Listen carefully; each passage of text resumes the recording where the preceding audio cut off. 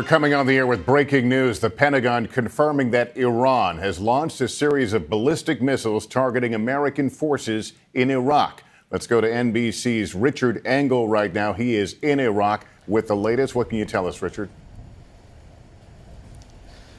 Well, Iran has confirmed that it has launched what is a conventional strike, firing, it says, more than a dozen ballistic missiles from inside Iranian territory at bases that house American personnel here in Iraq.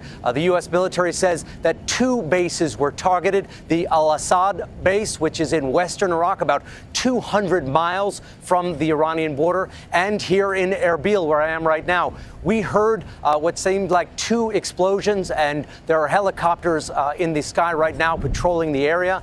Iran is not just claiming responsibility for this. It says that the operation was codenamed Martyr Soleimani. So it says this is a direct response to the U.S. targeted killing of the top Iranian general, Qasem Soleimani. The Iranian news agencies have also put out video. They want the world to know. The video shows what seem to be at least three missiles fired from Iran. You can see them in the air. You could hear the distinct sound of a rocket engine. We do not know, however, if there are casualties at this stage. There are reports in the Iraqi media that there are some Iraqi casualties. U.S. military officials say they are still assessing damage. U.S. military officials that we've been in contact with said that at the Al-Assad base, they were under attack, that troops took to their shelters, went down into bunkers, and that these missiles came in waves, a first wave followed by a second wave. Iranian news agency says that if the United States responds, there will be more attacks, what they describe as devastating attacks. Now, what we don't know is, will the United States respond? The United States has threatened to respond, so it is very likely that some sort of response is either being formulated or potentially in process. Richard, over the years, one of the points of dispute between Iran and the U.S. is its development of ballistic missiles. Do we know if these are large ballistic missiles or rockets? Iran says they are ballistic missiles, and to travel from the Iranian border, we don't know exactly how deep in Iranian territory they were fired from.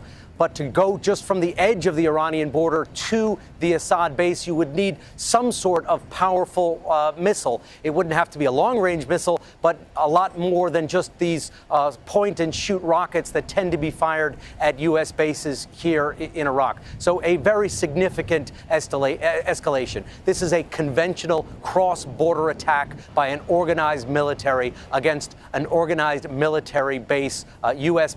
bases here in Iraq. Right. Technically, these are Iraqi bases that house U.S. personnel, but they are, without a doubt, they were targeted by Iran, and Iran wants the world to know it. Every few minutes or so, Iranian different news agencies are putting out different Twitters saying that this is in response to the death of Qasem Soleimani. They're putting out hashtags, Martyr Soleimani. They want the Iranian people to know that they have taken some action. Richard Engel on the ground inside Iraq. Thanks. Let's go to NBC's Courtney Kube at the Pentagon. Courtney, what are they saying there?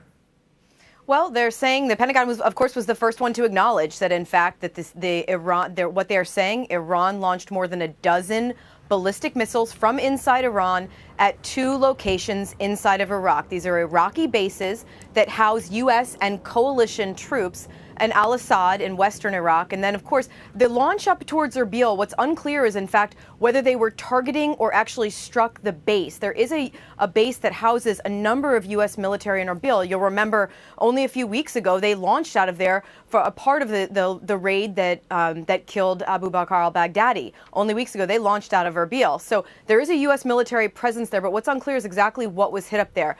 The U.S. military continues to do their battle damage assessment, trying to determine what was hit at both locations and whether there were any casualties. So far, we are not hearing about that, but that doesn't mean that that's not the case, Lester. We're also, look at one of the targets, Al-Assad Air Base. This is a sprawling base out in western Iraq in the desert. President Trump was there only weeks ago for his first trip to Iraq as president. That one of the reasons that location has housed so many U.S. troops, largely Marines, over the years is because they're able to provide more force protection there. It is so spread out. It's not in it's in a rural area, not in a big city like the base in Baghdad or like the bases up in Erbil. So it provides more force protection. If in fact Iran was trying to target specific things on that base, that would be very difficult unless you had very accurate and precise precision guided missiles. And worth noting, of course, you've made the point that all these